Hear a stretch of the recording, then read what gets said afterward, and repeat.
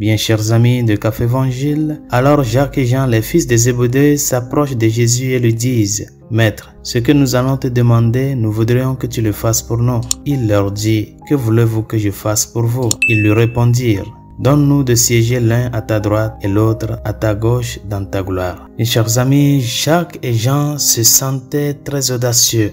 Leur audace était peut-être due en partie au fait qu'ils s'étaient familiarisés avec la bonté de Jésus. Il ne ressemblait à aucun autre et son authenticité leur paraissait évidente. C'est pourquoi ils se sont laissés prendre au piège de considérer la bonté de Jésus comme allant de soi en recherchant une faveur égoïste de la part du Seigneur. Et la réponse de Jésus est douce et attentionnée et en fin de compte, Jacques et Jean sont quelque peu humiliés par leur tentative d'obtenir cette faveur égoïste lorsque les autres disciples s'indignent de leur demande. Jésus résume ainsi sa réponse à ses disciples: « Celui qui veut être grand parmi vous sera votre serviteur, celui qui veut être le premier parmi vous sera l'esclave de tous. » Bien entendu, le Seigneur parlait surtout de lui-même. Il était le plus grand et le premier d'entre eux. C'est pourquoi il s'est humilié en devenant leur serviteur et l'esclave de tous. Normalement, l'idée d'être un esclave a des connotations très négatives. L'esclavage est un abus de la dignité d'autrui et c'est une façon de se débarrasser de la dignité de la personne.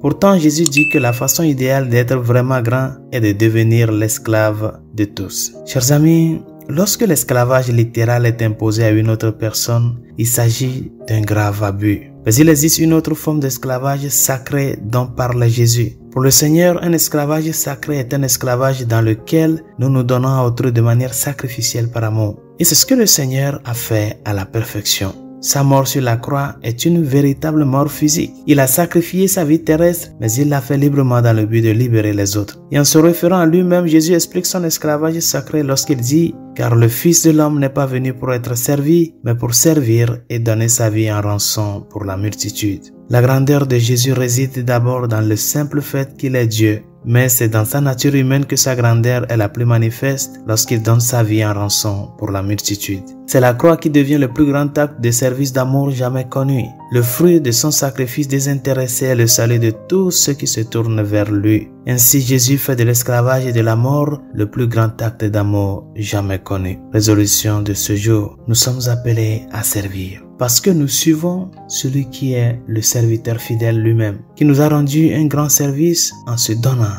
et en mourant pour nous. Ta vie comme chrétien doit être une vie de service. Le service dans l'humilité, le service dans la générosité, mais surtout un service de ta personne. Mets ta personne au service des autres, afin que de la même manière que le Seigneur l'a fait, cet acte de service que tu rends aux autres puisse attirer tant d'âmes pour le Christ. Bonne journée, Dieu vous bénisse.